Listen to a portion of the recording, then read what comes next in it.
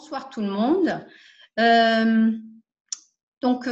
J'ai assisté il n'y a pas très longtemps à une formation du Centre Hubertine Auclair que je vais beaucoup mentionner ce soir et je les en remercie grandement parce que c'est une mine de ressources diverses et variées. Elle a duré 2 jours et je vais essayer d'en faire un condensé en 1 heure, ça va être compliqué. Alors, je vais commencer par vous envoyer une vidéo et je vais faire ça dans le chat. Vous allez taper l'histoire des femmes qui ont fait Internet dans votre moteur de recherche préféré et à mon top, vous allez la mettre chacun pour vous en ayant bien soin de couper le micro. Elle dure 3 minutes 20 et après, du coup, on se retrouvera. Voilà, une vidéo qui remet un petit peu les pendules à l'heure au niveau des femmes et du numérique. Et puis, je vous ai mis quelques commentaires, no comment, parce que, évidemment, le premier commentaire, c'est un peu de révisionnisme féministe. Donc, je vous laisserai apprécier. Alors, je vous ai mis sur la gauche un jeu de cartes qui s'appelle Les femmes sortent de l'ombre, hein, que certains d'entre vous connaissent parce qu'on en avait déjà parlé. C'est un jeu de cartes édité par le Centre Hubertine Auclair qui fait justement la part belle aussi aux femmes qui ont travaillé autour du numérique, qui ont inventé des choses. Et puis, le Centre Hubertine Auclair a fait également un deuxième petit jeu de cartes que je vous montre là, même si vous allez le voir à l'envers. Alors je ne sais pas si vous le voyez d'ailleurs, hop, le truc, voilà. Ça s'appelle Tu la connais, c'est un jeu de 7 familles. Et là, c'est plus une approche chronologique, mais c'est un petit jeu qui est intéressant aussi à avoir. Et puis, plus on a d'outils justement pour travailler autour de justement la visibilité des femmes, et plus ça sera intéressant pour nous. Alors, le double standard, qu'est-ce que c'est que le double standard? Le double standard, c'est justement, hein, c'est écrit en gris, le comportement. C'est le fait, si vous voulez, de réagir différemment en fonction de si c'est un homme ou c'est une femme. Et le Centre Hubertine Auclair a fait un travail autour de… Alors, attendez, j'ai l'impression… Oui, c'est ça. Autour de… comment ça s'appelle, les représentations des femmes et des hommes et travailler dans une enquête avec des élèves de 12 établissements franciliens. Et là, cette enquête a permis de mettre au point un certain nombre de choses. Je vous mets une petite phrase qui est dans leur enquête. Hein. Donc, aujourd'hui, dans le lycée actuel, celles qui réussissent le mieux en filière scientifique sont plutôt des filles laborieuses. On a quelques garçons laborieux, mais la plupart du temps, les garçons qui réussissent sont des garçons qui naturellement ont une appétence pour les sciences. Ce sont des garçons qui fonctionnent très vite intellectuellement et qui ont beaucoup moins besoin de travailler. Donc, c'est une enquête qui est… bon, ce n'est pas la même chose dont je vous parle, mais enfin, c'est une enquête qui est en cours, hein, de mes parutions en 2021. Et je vous ai extrait une phrase également. L'informatique, cela n'intéresse pas vraiment les filles, elles décrochent vite. Qu'est-ce que ça veut dire tout ça? Ça veut dire qu'on a affaire à un phénomène d'appropriation et d'exclusion.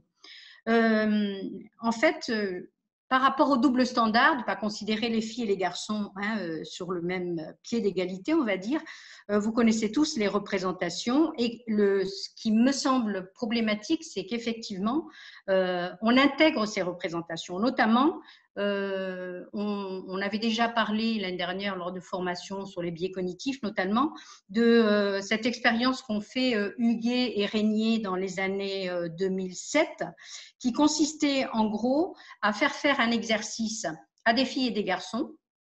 Et on se rendait compte que selon la façon dont on présentait l'exercice, si on disait que c'était un exercice de géométrie, les garçons réussissaient mieux, alors qu'avec le même contenu d'exercice, si on disait que c'était un exercice de dessin, les filles réussissaient mieux. Donc, si vous voulez, c'est un peu la même chose au niveau de l'informatique, c'est que ces représentations sont intégrées et ce n'est qu'en déconstruisant ces stéréotypes qu'on va réussir à avancer. Alors, au niveau de l'informatique, ce qui s'est passé, on va le voir un petit peu plus loin, c'est que l'informatique, alors qu'avant les femmes travaillaient beaucoup dans l'informatique, maintenant elle est sortie du secteur tertiaire et elle gagne en prestige. Et en parallèle, comme le secteur gagne en prestige, les garçons se sont plus imposés dans le secteur et avec la figure du geek, normalement, effectivement, et qui est une figure masculine. Petite pause sur sexisme, informatique et jeux vidéo. Alors, avec des petits extraits. Hein. Les violences sexistes excluent les femmes, les filles. 53% des filles subissent du sexisme en école d'informatique. Et sur les sites de jeux vidéo en ligne, 63% des joueuses affirment avoir reçu des insultes genrées, que je ne vous dis pas. Et puis, alors, ça aussi, c'est une représentation et c'est intéressant d'avoir ce chiffre. Donc, quand même, 48% des filles sont des joueuses de jeux vidéo, hein, alors qu'on aurait peut-être l'impression qu'elles sont moins nombreuses que cela. Et puis, je vous ai mis un gros paquet extrait de Numérana, hein, qui est un excellent site qui s'intéresse au numérique. Avec, bon, là, vous aurez le diaporama, vous pourrez regarder plus en détail, mais ils insistent bien sur ce qui s'appelle le sexisme systémique. Hein, je l'ai mis en gras exprès. Et on voit très bien que l'univers du numérique, hein, est très, très empreint de sexisme. Là, on vous parle de cyberharcèlement envers les femmes, envergure planétaire, etc. Et donc, c'est important de le souligner. Dans le deuxième petit bout, là, ils expliquent également que le milieu professionnel est toujours autant atteint de sexisme, hein, qui est vraiment une partie intégrante de ce domaine de jeux vidéo. Et puis, il y a un petit tag sur le harcèlement, sur Numérana, sur lequel vous pourrez cliquer. Je ne le fais pas par manque de temps. Alors, stéréotypes et inégalités. Je vais me focaliser sur un certain nombre de points. Donc, effectivement, ce que vous avez vu sur la diapositive tout à l'heure, quand la proviseure insistait sur le fait que les garçons étaient naturellement portés vers la technique, alors c'est juste que eux, ils ont souligné cette chose-là, mais ce sont vraiment des stéréotypes que chacun d'entre nous, hélas, intègre et qu'il faut vraiment se faire violence pour les déconstruire et arriver à avancer. Donc, le stéréotype, c'est quoi? Effectivement, la femme est plus attachée à la nature et l'homme à la technique, hein, par une sorte de prédisposition biologique. Et puis, voilà, l'intégration des représentations, je vous l'ai dit. Et ce qui me semble effectivement intéressant, c'est que le fait d'intégrer ces représentations amène à de la discrimination et à de l'autocensure. Si les femmes ne vont pas plus naturellement, effectivement, vers les métiers scientifiques, c'est aussi parce que ces représentations, elles sont intégrées et qu'il faut réussir à, j'allais dire, les désintégrer, oui, les faire voler en éclats. Donc, alors, ce qui est intéressant également, si vous voulez, c'est que les normes sont différentes selon les pays. Par exemple, en Malaisie, l'informatique est un métier très, très, très féminisé. Pourquoi? Parce que l'informatique ne nécessite pas de force physique, parce que on ne se salit pas en faisant de l'informatique, et puis parce que c'est un métier d'intérieur. Alors, on voit très bien que là aussi, c'est une conception genrée, mais ce n'est pas la même conception que par exemple, chez nous en Occident. Également, quota ou non-mixité. Eh bien, tout simplement, en Norvège, ils ont fait l'expérience de mettre des quotas dans les écoles d'ingénieurs. Et le fait d'avoir mis des quotas n'a pas du tout fait baisser le niveau, hein, comme on pourrait nous rétorquer. Et également, la question de la non-mixité dans la formation se pose. Je l'ai mis sous forme de question parce que bon, moi, personnellement, je ne suis pas pour la non-mixité, mais tout de même, on se rend compte que, enfin ça c'est les statistiques qui le disent, hein, et c'est avéré, que lorsque les femmes sont avec des hommes, par exemple dans des écoles d'ingénieurs ou dans des domaines professionnels comme l'informatique, eh bien, on se rend compte qu'elles se comparent aux hommes et elles se rendent moins, elles se considèrent comme beaucoup moins légitimes en compétition et voilà, ça pose donc des problèmes. Donc, d'aucuns se sont posé la question, et si on faisait des écoles non mixtes? Je vous ai mis également la couverture du livre d'Isabelle Collet, qui est une sociologue qui a beaucoup travaillé sur les femmes et le numérique.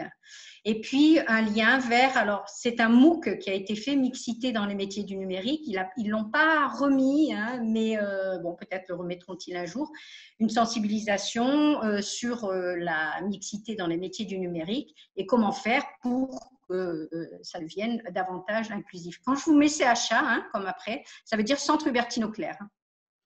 Alors, numérique et usage du numérique et genre.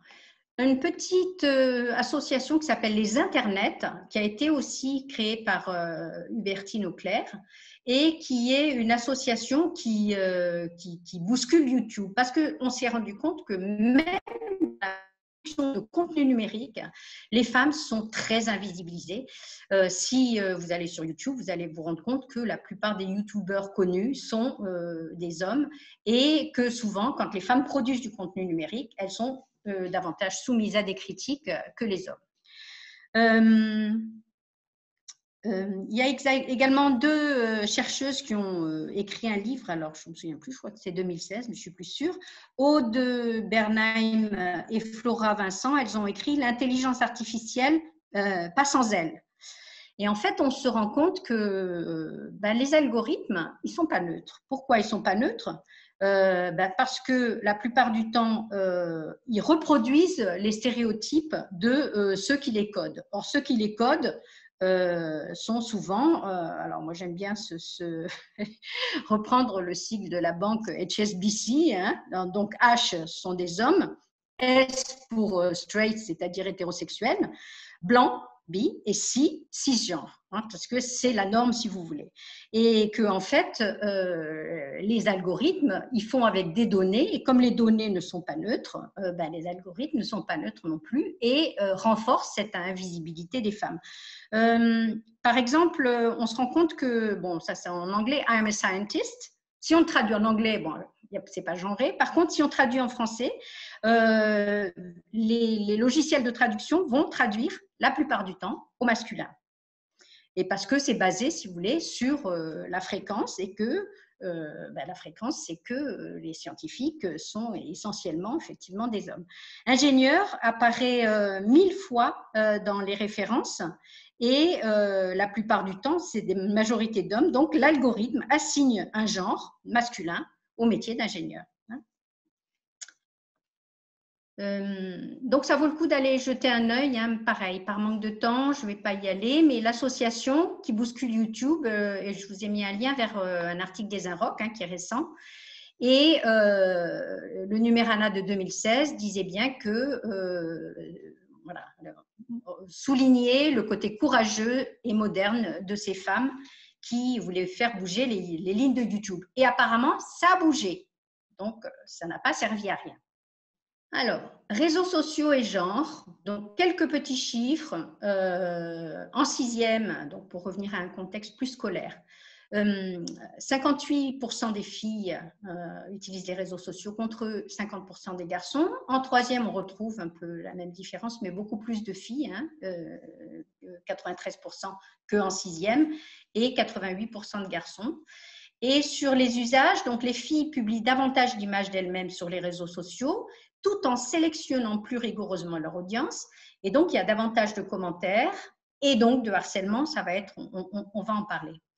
Et puis, puisqu'on parle aussi de sexisme et de certaines particularités des réseaux sociaux, je ne sais pas si vous avez entendu, alors bien sûr, la tyrannie du corps avec ce qu'on appelle le Body Challenge. Et alors ça, je crois que c'est sur Instagram, oui. Vous aviez le A4 Waist Challenge. Donc, quoi ça consiste? Donc là, vous avez des petites copies d'écran en haut à droite. On met une feuille A4 sur son corps pour vérifier que on est bien fichu. Et heureusement que il y a des réactions. Donc, je vous en ai mis en bas. Alors, hein, donc quelqu'un qui a mis à la place de la feuille A4 une photo de pizza, une femme, une jeune fille avec des formes a mis voilà, s'est mise en valeur avec la feuille A4, et une autre jeune fille a mis une feuille beaucoup plus grande et dans l'autre sens. Voilà. Donc, c'est aussi une façon de montrer que voilà, on est contre cet impérialisme et cette tyrannie du corps. Alors, justement, dans les réactions, une fameuse comédienne australienne qui s'appelle Celeste Barber, hein, qui a 7 millions d'abonnés sur son compte Instagram et qui parodie des photos de mode. Donc voilà, j'ai une petite copie. Et puis, voilà ce qu'elle met sur son compte. Certaines célébrités sur Instagram semblent croire que nous, les personnes non riches et non privilégiées, nous sommes stupides et nous pensons que ce qu'ils publient est réel. Je voulais essayer de montrer combien ça pouvait être ridicule pour être une personne normale de recréer ces photos. Pour travailler justement autour de ces réseaux sociaux et notamment autour d'Instagram, elle a mis en place un petit atelier pour démystifier les photos parfaites des stars. Et ici, j'ai fait une copie de cet outil hein, qui s'appelle Instagram-toi. Et vous avez un lien vers un guide de Kakemono, etc. Donc, c'est dans un drive et vous aurez le lien pour pouvoir justement vous en inspirer, peut-être pour faire des activités pédagogiques avec les élèves. Excusez-moi, oui, tout à l'heure pour l'enquête qui va paraître sur le numérique, hein, je m'étais trompée d'enquête, puisque celle dont je vous parlais, c'est celle qui a été menée et qui est close, Centre Hubertine-Auclair, donc 12 établissements franciliens de la 5e à la seconde en 2015-2016, et ils ont fait un énorme travail autour, donc ils ont interrogé 12 000 élèves avec des entretiens individuels, etc. Donc l'enquête, l'étude fait 90 pages et la synthèse fait 15 pages. Donc quelques petits extraits rapidement. 3 filles et 2 garçons par classe sont victimes de cybersexisme. Et ici aussi, on voit les rumeurs sur les réseaux sociaux. Donc, on voit bien sûr 13% pour les filles, 6% pour les garçons. Et les insultes sur leur apparence physique, 20% pour les filles et 13% pour les garçons. Et avec comme constat une forte imbrication entre le en ligne et le hors ligne pour les victimes. C'est-à-dire qu'une victime, un ou une élève qui se fait harceler, on veut dire en vrai, dans un établissement scolaire, il se fera également harceler en ligne. Et cette imbrication, si vous voulez, interroge et elle est extrêmement grave. Alors, qu'est-ce qu'on appelle cybersexisme? Là, c'est pareil, j'ai mis ma source là, donc c'est aussi sur le centre Hubertine-Auclair. Faits qui font violence se déploient à travers le cyberespace, contaminent l'espace présentiel ou réciproquement et qui visent à réitérer les normes de genre en ciblant distinctement garçons et filles. Bref, à mettre ou à remettre chacun et chacune à la place qui lui est assignée dans le système de genre. Je passe rapidement sur les conséquences que vous connaissez tout à fait, personnelles et perte d'estime de soi, insécurité, désespoir, idées suicidaires, les conséquences scolaires bien sûr de mise à l'écart et de perte de capacité de concentration, etc., plus phobie scolaire et tout ce que vous connaissez très bien. Qu'on préférait ne pas connaître, hélas, et social également, donc la rupture de relations, l'exclusion. Et souvent, ce qu'on constate, c'est qu'effectivement, les personnes, alors élèves ou plus grands, qui sont victimes de cybersexisme, ne disent rien, donc le silence.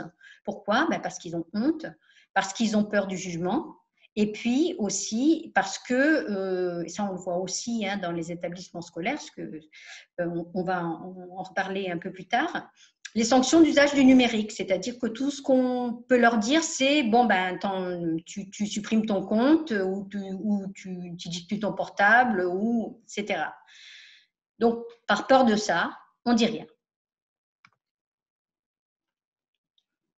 Alors, un phénomène aussi qui touche beaucoup de gens, c'est ce qu'on appelle le sexting.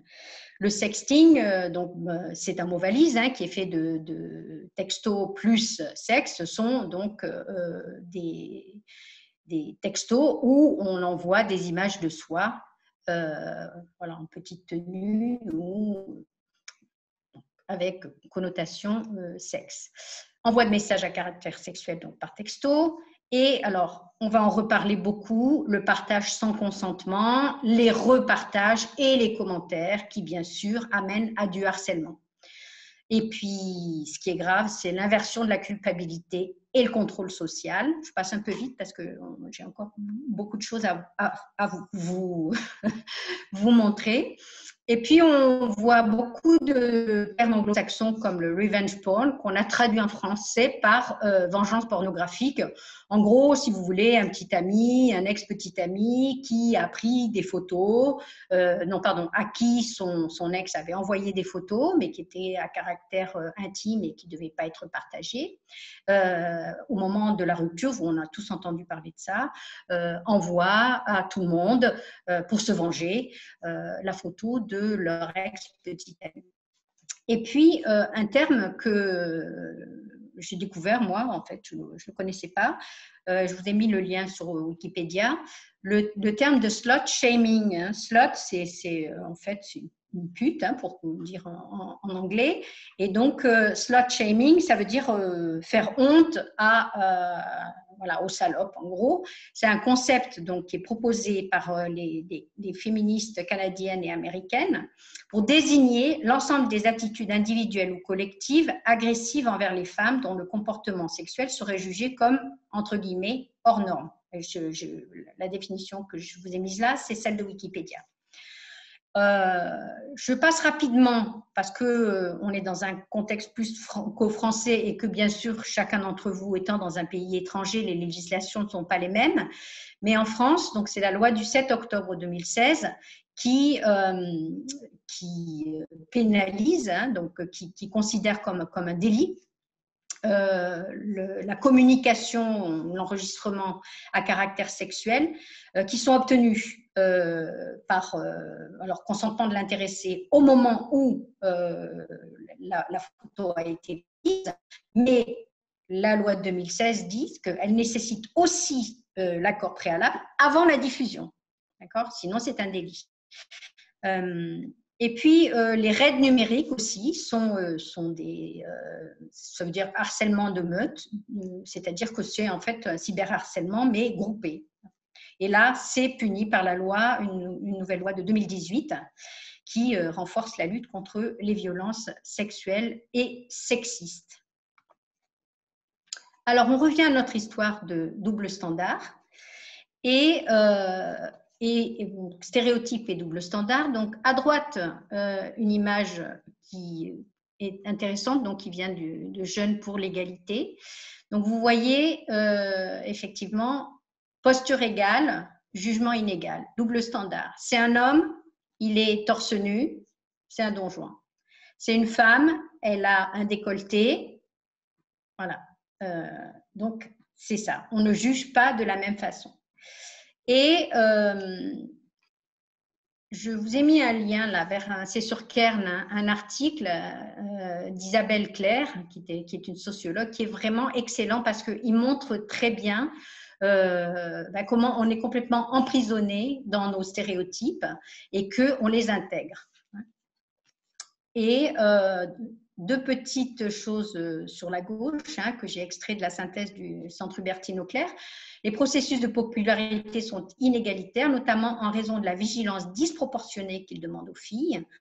Lorsque des contenus mettant en scène des filles sont partagés en ligne, y compris si la fille n'est pas d'accord, c'est elle qui sera considérée comme seule responsable des effets de la diffusion de ces contenus. Il y a une sorte de culpabilisation et c'est important de s'en rendre compte. Et là, donc c'est une petite bande dessinée qui a été faite par une jeune femme qui a 28 ans, qui habite à Montréal et qui est écrivaine et illustratrice, qui s'appelle Myrion Mal. Et elle explique bien comment alors les féministes sont accusées de nier, si vous voulez, ils accusent les féministes de double standard, c'est-à-dire que, en gros, on dit les hommes souffrent aussi comment dire, de cette de subir l'oppression du modèle masculin. Et on dit, les femmes, elles ne s'occupent pas de ça, elles ne s'occupent que de combattre celle des modèles féminins. Hein. Et que, si vous voulez, elles nient l'injonction à la virilité. Voilà. Et que donc, il faut aussi déconstruire ça. Et là, cette petite bande dessinée vous le prouve. Et l'article, il s'appelle, donc c'est un article de mademoiselle.com, Barbie versus Musclor. Vous pourrez aller regarder. Je vois que l'heure tourne. Alors, là, je vais m'arrêter un petit peu plus sur cette diapositive. Donc, peut-être quatre consignes, si je peux appeler ça comme ça, pour prévenir le cybersexisme et aussi pour accompagner après les victimes. Donc, déjà, ne pas culpabiliser les filles, ne pas les surprotéger, responsabiliser les agresseurs et les agresseuses et ne pas diaboliser le numérique.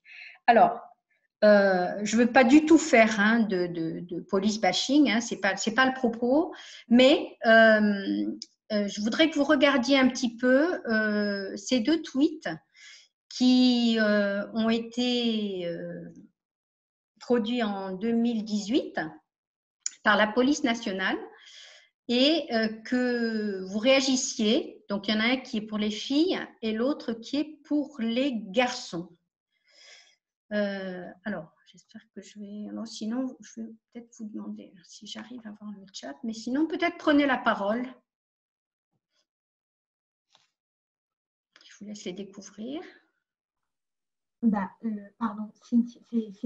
Oui. Le fait que d'un côté, déjà, on parle pour la femme de la réputation, qu'elle fasse attention à sa réputation, alors que de l'autre côté, pour l'homme, il s'agit juste de préserver son intimité. Enfin, voilà, le message est un peu léger, tandis que de l'autre côté, c'est attention, tout de suite réputation. Enfin, c'est comme ça que je l'interprète.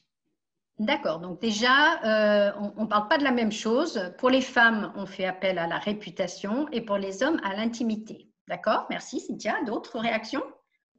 Alors, oui. Ça a été, vous avez vu, c'est par rapport à la Saint-Valentin. Hein?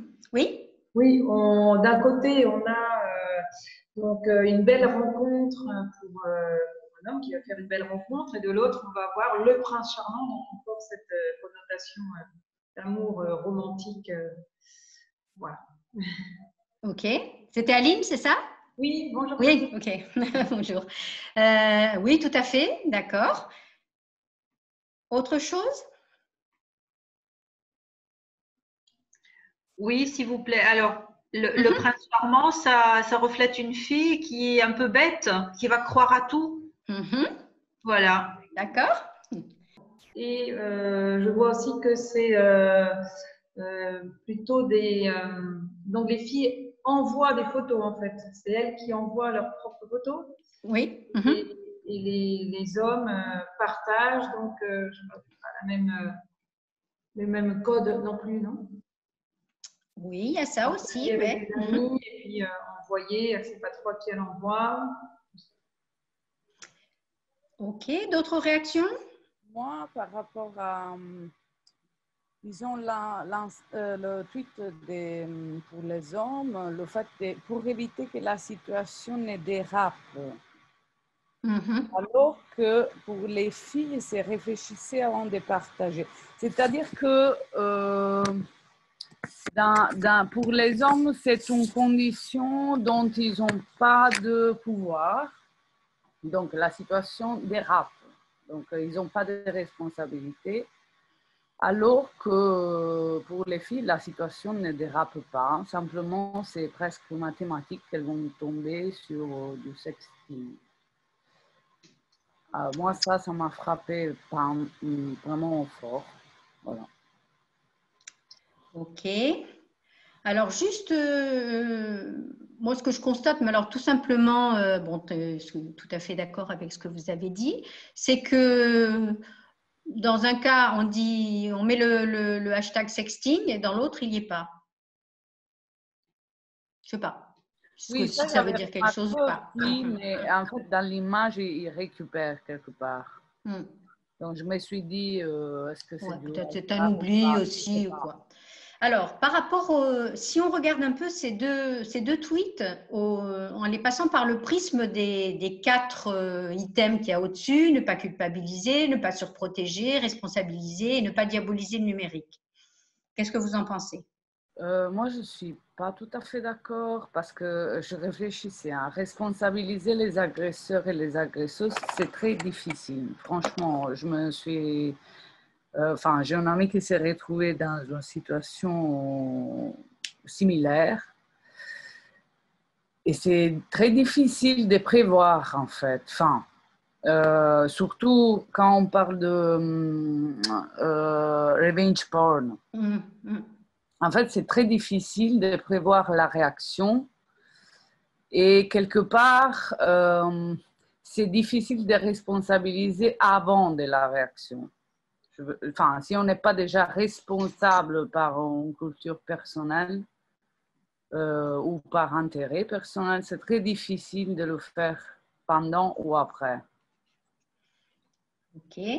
Ça, c'est la chose la plus qui m'a marqué le plus. Après. Et au niveau de ne pas culpabiliser les filles. Mais selon moi, ça dépend du cadre, en fait. Non, mais par rapport, pas en général, hein, juste là par rapport aux 2 tweets. On reste toujours sur ce cas, l'exemple. Est-ce qu'on les culpabilise ou pas?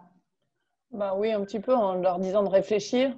Réfléchir, attention, sinon c'est votre réputation. Donc, c'est vous qui êtes responsable de tout ce qui va se passer, tout ce qui peut se passer après. Ok, voilà. Bon, merci. On va clore là-dessus, juste pour revenir à l'histoire du double standard, hein, qui est quand même toujours là. Alors, je continue. Donc, quelques questions. Alors, j'ai mis beaucoup de choses dans cette diapo parce qu'il y a quand même beaucoup de choses qui sont produites. Donc, ça permet de vous emmener déjà vers des choses qui sont très bien faites. Hein, ce n'est pas la peine de réinventer l'eau chaude. Donc, le fameux non au harcèlement, hein, donc le cassant, donc cahier pédagogique de 54 pages. Hein. Et moi, j'aime beaucoup aussi le slogan, hein, une photo, c'est perso, la partager, c'est harceler. Le clip qui est dans ils ne l'ont pas respecté en haut avec les 3 petits points. Et derrière, vous avez le lien vers la vidéo. Et puis, quand est-ce qu'on considère qu'il y a harcèlement? Quand il y a rapport de force et de domination entre un ou plusieurs élèves, une ou plusieurs victimes, la répétition, et puis la volonté de nuire, hein, avec absence d'empathie de la part des auteurs. Et sur la gauche, juste, je ne sais pas si vous aviez entendu parler, parce que c'est un phénomène qui s'est accentué pendant le confinement. C'est un bout d'article du Monde, hein, donc qui date du 1er avril. Avec le confinement, le retour en force des comptes ficha sur les réseaux sociaux. C'est quoi ces comptes ficha? C'est des comptes, alors ficha pour affiche hein, en verlan. C'est juste des gens qui incitent d'autres personnes à envoyer des photos, voilà, hein, des sextos en gros. Et réaction, eh bien, il y a un collectif qui s'est monté qui s'appelle Stop Ficha. Alors, donc, je vous ai mis la petite image. Et c'est quand même rassurant de savoir que dès qu'il y a des phénomènes comme ça, il y a des gens qui prennent le contre-pied et qui se mettent ensemble pour réagir. Et puis en bas à gauche, bien sûr, parce que ça aussi, hein, on parle la plupart du temps, quand on parle cyberharcèlement, on voit les femmes, mais bien sûr, il y a tous les gays, lesbiennes, plus personnes trans, hein, qui sont très, très souvent victimes de harcèlement. Hein. Donc, vous avez une page là alors attendez, je crois que c'est le site non-harcèlement.gouv. Donc, il y a un guide pour comprendre l'homophobie. Et puis, toutes les ressources de non-harcèlement, hein, le site gouvernemental qui est vraiment très, très bien fait. Alors, les sources. Donc, ce sont des ressources du Centre Hubertine-Auclair. D'ailleurs, Dominique, justement, je ne sais pas si ça ne vaudrait pas le coup d'essayer de faire un partenariat avec eux parce qu'ils ont des ressources pédagogiques extraordinaires et qu'ils peuvent donner, alors normalement c'est l'Île-de-France, donc ils donnent aux établissements d'Île-de-France qui en font la demande. Mais moi, je sais qu'une fois, quand j'étais intervenue à Palma, je leur avais demandé de la documentation et qu'ils me l'avaient fournie. Mais peut-être que si on était partenaire, on pourrait réussir à justement profiter de leurs super ressources. Alors, ici sur la gauche, vous avez un kit de sensibilisation contre le cybersexisme où vous avez des affiches, des petits livrets et des outils qui sont vraiment très, très, très utiles. Sur la droite, c'est un site complet qui s'appelle stopcybersexisme.com. Hein, vous aurez le lien. Donc, vous voyez que sur ce site, vous avez une rubrique qui s'appelle le cybersexisme, c'est quoi? Victime ou témoin de cybersexisme, prévenir, se protéger, etc. Et vraiment énormément de choses. Et puis, un autre qui s'appelle plus jamais sans mon accord.com où, alors là, un dépliant de cette page et puis de petits logos que je vous ai mis, où il y a énormément vraiment de ressources pédagogiques. Donc, en 1 heure, c'est vrai qu'on peut faire le tour, mais après, ça vaut le coup d'aller fouiner, chercher, parce que c'est extrêmement riche. Je vous ai fait un petit focus justement sur le site Stop Cybersexisme. Vous avez une page complète sur des conseils pour faire valoir mes droits, donc notamment les plaintes, les preuves. Il faut toujours garder des preuves, dire aux élèves qu'il faut qu'ils fassent des copies d'écran, voilà. Savoir aussi comment on peut demander le retrait d'un contenu, mais ça on va le voir un petit peu plus loin. Que dit la loi? Alors bien sûr, il s'agit de la loi française, mais bon, c'est quand même intéressant parce que ça donne des idées. Et ils ont fait par exemple un tableau récapitulatif en lien avec la force juridique de la Fondation des femmes qui rassemble les différents textes applicables sur les différentes formes de cybersexisme. Donc, cyberharcelé puni par la loi de 2 ans de prison et 30 000 € d'amende, reconnaissance du cyberharcèlement depuis 2014 et l'utilisation d'Internet est une circonstance aggravante. Partager sans consentement des contenus à caractère sexuel, même si la victime a consenti au moment où elle a envoyé sa photo. Hein. Bien garder à l'esprit que ce qui est important, c'est justement, elle doit donner aussi son accord au moment de la diffusion. Et donc, si on est non consentant, c'est passible de 2 ans de prison et 60 000 € d'amende. Et puis, les règles numériques dont on parlait tout à l'heure, c'est-à-dire le harcèlement en ligne, est passible de 3 ans de prison et 45 000 € d'amende, même si vous êtes dans d'autres pays. En tout cas, la législation européenne, en tout cas, je pense surtout à l'Espagne et l'Italie, doit être à peu près identique. Hein. Ils ont fait aussi un dictionnaire du cybersexisme qui est vraiment très, très intéressant parce qu'ils reprennent voilà, tous les termes que des fois on n'a jamais entendus ou qu'on a entendus mais qui sont sujets à confusion. Et puis, toute une rubrique sur conseils pour les parents et également victimes ou témoins. Alors, que faire? Donc déjà, pour prévenir, travailler, et ça je sais que c'est souvent fait, sur l'égalité filles-garçons, déconstruire les stéréotypes. Beaucoup travailler sur le consentement. Alors, il y a une petite vidéo qui est très sympa, alors attendez, est-ce qu'on va réussir? Peut-être on verra. Si on a le temps, si j'arrive à finir dans les temps, on pourra la regarder tout à l'heure. Je vous ai mis une tasse de thé parce que c'est ça explique le consentement à travers une tasse de thé. C'est très mignon. Bien sûr, signaler. Et puis, adopter les bons réflexes. Hein. Donc, ça, c'est tout ce qui est du domaine de la responsabilité individuelle. Et il y a tous les 19 pages, donc je pense que c'est le réseau Canopé qui édite, mais que c'est un document du ministère, hein, qui est le protocole de 2015, que vous connaissez peut-être déjà, avec tout plein de conseils pour combattre justement le cyberharcèlement et le harcèlement tout court, je crois. Je regarde, protocole, ou harcèlement tout court. Des outils, alors les 56 pages qui sont sur le site du ministère, hein, sur comportement sexiste et violences sexuelles. Une affiche, que faire face à une situation de cyberharcèlement. Et puis tous les outils hein, du centre Hubertine Auclair. Et également, alors je ne sais pas si vous connaissez le site qui s'appelle Mathilda Éducation, qui est vraiment très, très, très intéressant, qui travaille autour de toutes ces thématiques. Alors, la seule chose qu'il faille faire, c'est se créer un compte, c'est-à-dire qu'il faut s'identifier. Et ensuite, il y a plein de vidéos avec, donc vous avez la vidéo, vous avez la transcription et vous avez les scénarios pédagogiques. Hein, donc, le site Mathilda Éducation, vraiment, vraiment intéressant.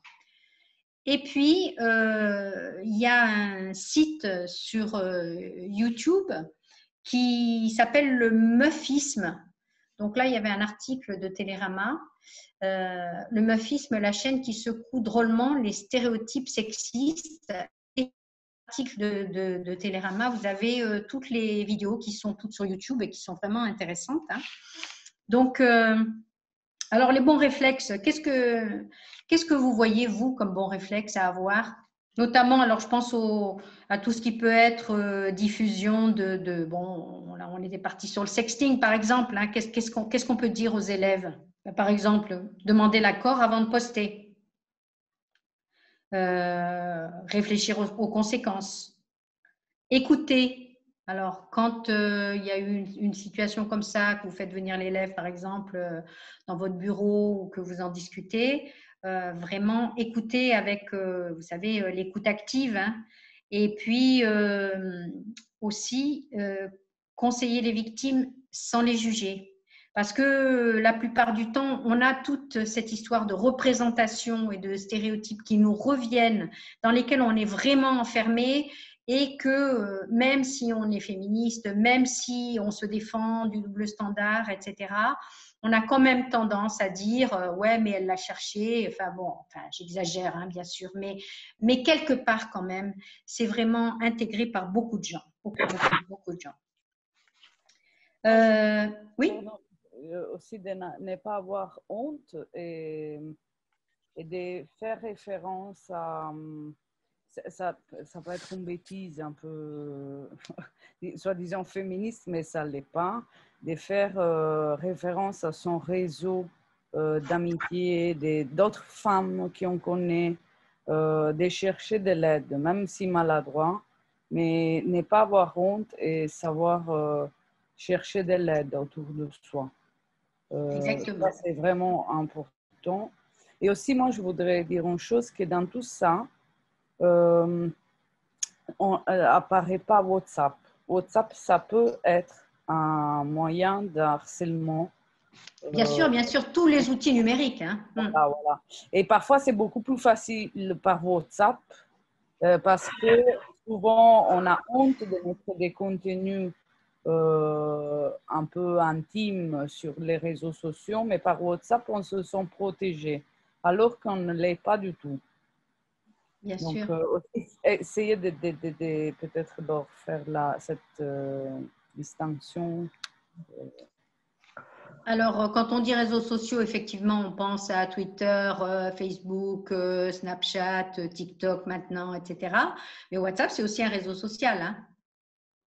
Oui, donc, oui, c'est que dans l'imaginaire commun, on ne le met pas dedans, alors qu'effectivement, ça l'est. Et souvent, c'est beaucoup plus direct pour l'harcèlement parce qu'on donne le numéro de téléphone. Oui, tout à fait. On ne le voit pas tout à fait comme un réseau social parce qu'on donne l'accord à un échange. Mais quand ça bascule, tout bascule. Tout bascule, exactement. Et alors justement, on parle de ça également, travailler sur tout ce qui est numérique, hein, la protection de mes données personnelles, c'est-à-dire, attention, les mots de passe, le paramétrage, tout ça, c'est très important, hein, ça fait partie de l'éducation. Alors là, on est sur une thématique qui est à la fois éducation aux médias et à l'information et enseignement moral et civique, hein, donc MC-EMI. Et puis aussi, bien mettre l'accent sur « je refuse de relayer des contenus sexistes, violents, racistes, etc. Et sexistes envers les femmes ou les hommes d'ailleurs, hein, parce que je vous parlais tout à l'heure du harcèlement qui peut être fait chez les jeunes gays ou les jeunes lesbiennes ou les vieux d'ailleurs, parce que ça, c'est extrêmement fréquent aussi, hein, on n'en parle pas suffisamment.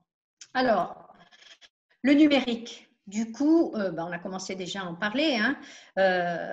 En Europe, hein, on est soumis à la loi RGPD depuis mai 2018 et donc, par exemple, on a droit au déréférencement. Pardon. C'est-à-dire qu'on peut demander à un moteur de recherche de supprimer certains résultats de recherche qui sont associés à des mots-clés, notamment votre nom ou votre prénom, mais savoir quand même que l'original demeure.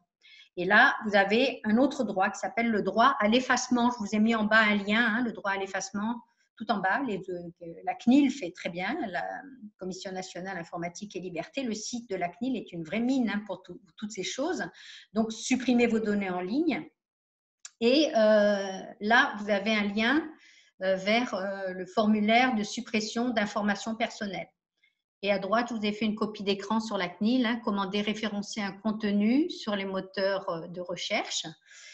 Le droit à l'oubli est renforcé pour les mineurs, hein, avec un délai obligatoire de 1 mois maximum pour déréférencer.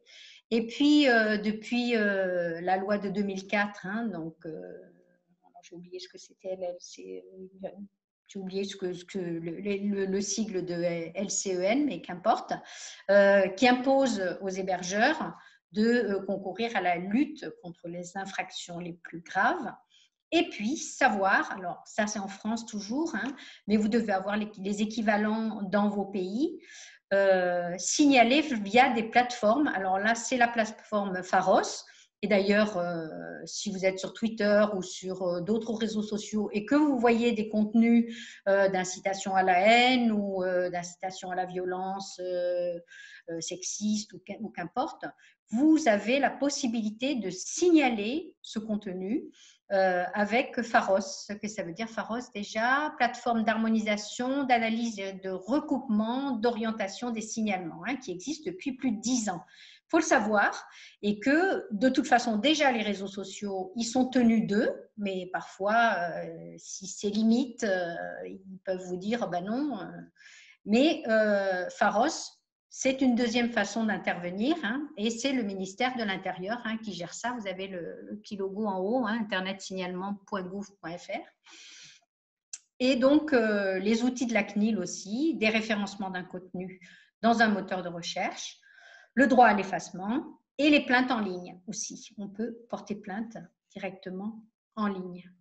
Eh bien, j'ai fini.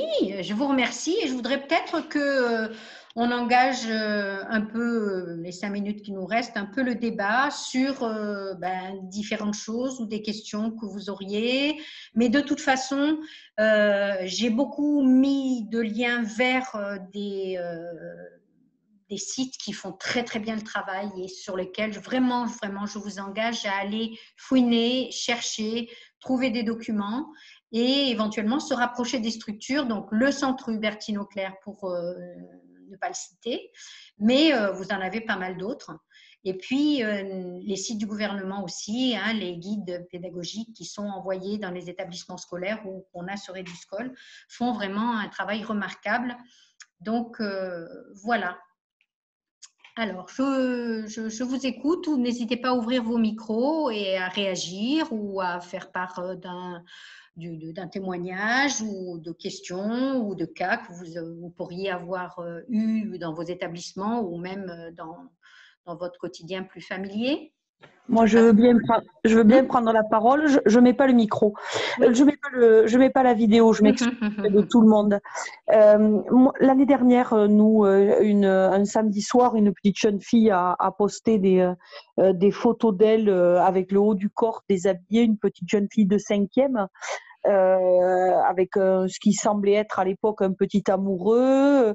Il y a eu des échanges de photos un peu déshabillés de part et d'autre. Et évidemment, le petit jeune homme a cru bon non pas de diffuser, mais de montrer le lundi matin très fier ces photos qu'il avait obtenues. Voilà, donc ça a été un scandale énorme, évidemment. Hein. On est sur l'Espagne, on est sur l'Espagne traditionnelle, là où j'habite moi. Donc là, ça a été une très, très grande émotion. Je dis intentionnellement, c'était une famille très bourgeoise et très croyante, très pratiquante, etc. Donc ça a été vraiment un séisme pour eux, à la fois parce que la petite fille a été dans ce souci-là pendant plusieurs semaines sans que la famille ne repère rien. Donc une grosse culpabilité pour les parents. Et donc quelque chose d'assez compliqué. Donc bon, on a essayé de faire en sorte de faire la lumière sur les faits et sur les responsabilités, à la fois travailler sur la victime, mais travailler aussi sur le petit jeune homme pour qu'il puisse aussi reprendre sa place sans être banni de la société pendant les 100 prochaines années. Donc ça a été un peu compliqué. Et j'ai croisé cette semaine la petite jeune fille que j'avais pas vue depuis un petit moment parce que je suis pas forcément dans l'établissement au même moment qu'elle dans les couloirs. Elle est transfigurée physiquement. Hein. C'est une petite jeune fille qui visiblement se cache et qui est dans avec des tenues vestimentaires extrêmement couvrantes et des choses très larges, des choses qui voilà, je pense qu'il reste encore beaucoup de choses à régler. Elle a aussi pris énormément de poids et de masse. Sans doute se cache-t-elle. Et c'est vrai que là, maintenant, je voudrais arriver à travailler avec elle là-dessus.